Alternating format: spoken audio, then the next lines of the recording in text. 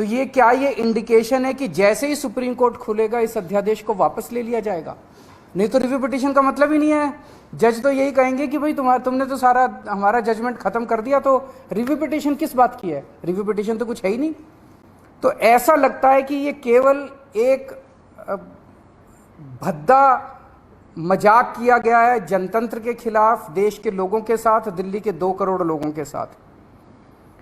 एक तरह से सुप्रीम कोर्ट ने जजमेंट दिया, क्लियर जजमेंट दिया कि दिल्ली की चुनी हुई सरकार को पूरा अधिकार है दिल्ली चलाने का, 3 सब्जेक्ट्स छोड़ के, police, law and order and land, बाकी सारे सब्जेक्ट्स हमारे पास हैं।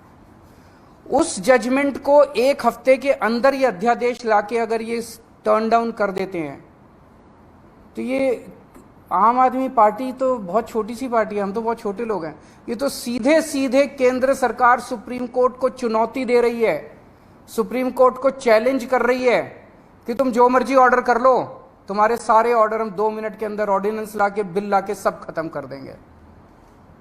ये चैलेंज इन्होंने ये सुप्रीम कोर्ट की मैजेस्टी को चैलेंज किया जा रहा है, उनकी पावर को चैलेंज किया जा रहा है कि तुम जो मर्जी ऑर्डर कर दो, हम तुम्हारे सारे ऑर्डर खत्म कर देंगे।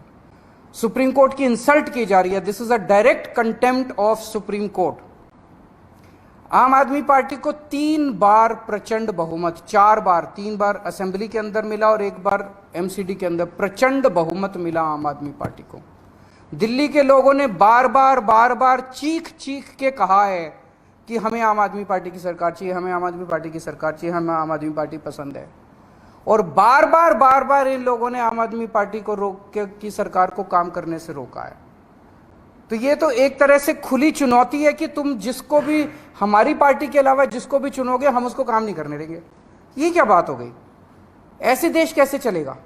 पहले ये 2015 में नोटिफिकेशन लेके आए, उस नोटिफिकेशन के बाद ये एक 2021 में एक कानून लेके आए, जिस कानून से और हमारी पावर्स छीनी गई। पिछले साल झूठे केसेस में फंसा के हम अच्छे स्कूल बना रहे थे, हमारे एजुकेशन मिनिस्टर को जेल में डाल दिया ताकि स्कूल ना बन सके। हम अच्छे मोहल्ला क्लिनिक अस्पताल बना रहे थे, हमारे उसको हेल्थ मिनिस्टर को जेल में डाल दिया ताकि स्कूल अस्पताल ना बन सके। और अब ये कानून लेके आ गए।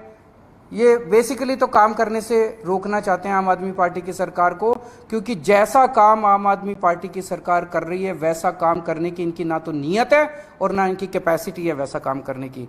पर मैं दिल्ली के लोगों को भी और देश के लोगों को भी कहना चाहता हूं कि स्पीड स्लो जरूर होगी कामों की।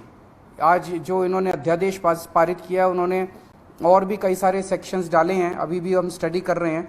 तो स्पीड जरूर स्लो होगी, लेकिन सारे काम होंगे, काम को मैं रुकने नहीं दूंगा।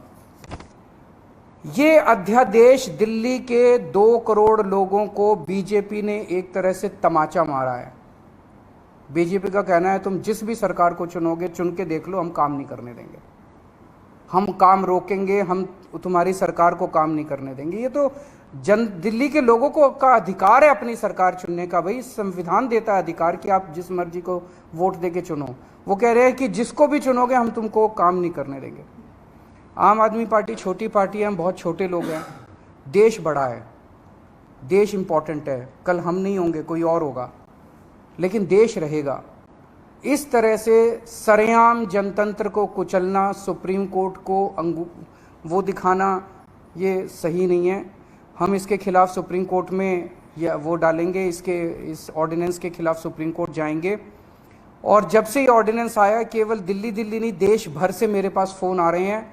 यहाँ तक कि बीजेपी के कट्टर समर्थक भी कह रहे हैं कि ये तो मोदी जी ने ठीक नहीं किया, ये तो प्रधानमंत्री जी ने ठीक नहीं किया। भाई 2015 में तुम नोटिफिकेशन लेके आए, उसी टाइम ले आते ऑर्डिनेंस, कोई कुछ नहीं कहता।